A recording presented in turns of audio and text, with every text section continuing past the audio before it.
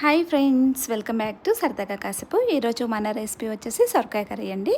చాలా సింపుల్గా క్విక్గా మనం ఇలాగ సొరకాయ కర్రీని రెడీ చేసుకోవచ్చు. స్టవ్ ఆన్ చేసుకొని ఒక కళాయి పెట్టేసి ఒక గరిటెడి వరకు కూడా ఆయిల్ వేసుకొని ఎండుమిర్చిని, తాలింపు గింజలు, అలాగే గ్రీన్ చిల్లీ, కరివేపాకు కూడా వేసుకొని ఇవన్నీ ఫ్రై అయిపోయిన తర్వాత కట్ చేసి పెట్టుకున్న ఆనియన్ ముక్కలు కూడా వేసుకొని మరొకసారి మనం మొత్తం కూడా బాగా కలిసేలాగా మిక్స్ చేసుకొని ఫ్రై చేసుకున్నాము.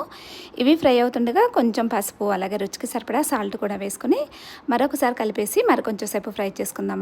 ఇవి ఫ్రై అవుతుండగా ఇంకో సైడు ఇక్కడ నేను ఒక సగం వరకు కూడా సొరకాయ ముక్కను తీసుకున్నానండి. పీల్ ఆఫ్ చేసుకుని శుభ్రంగా వాష్ చేసుకొని ఇలాగ చిన్న చిన్న ముక్కలుగా కట్ చేసుకొని పెట్టుకున్నాను. మనకి ఇక్కడ ఆనియన్ ముక్కలు కూడా ఫ్రై అయిపోయాయి. కట్ చేసి పెట్టుకున్న ఈ సొరకాయ ముక్కలు వేసుకొని ఒకసారి మొత్తం కూడా కలిపేసుకొని ఫ్లేమ్ని లో ఫ్లేమ్లోనే ఉంచుకొని మధ్య మధ్యలో కలుపుకుంటూ మనం మూత పెట్టేసుకొని ఒక 10 మినిట్స్ వరకు కూడా మనం ఫ్రై చేసుకుందాము. తర్వాత మనం మూత తీసుకొని చూసుకున్నామంటే ఇక్కడ మనకు చక్కగా సొరకాయ ముక్కలు కూడా కుక్ అయిపోయాయండి. కర్రీ రెడీ అయిపోయింది. ఇలాగ రెడీ చేసుకున్న తర్వాత ఇప్పుడు దీంట్లోకి ఫ్రెష్గా అప్పటికప్పుడు రెడీ చేసి పెట్టుకున్న వెల్లుల్లి పేస్ట్ వేసుకుందాము. ఇలాగ వేసుకుని ఒకసారి కలిపేసి ఇప్పుడు దీంట్లోకి రుచికి సరిపడా కారాన్ని కూడా యాడ్ చేద్దామండి.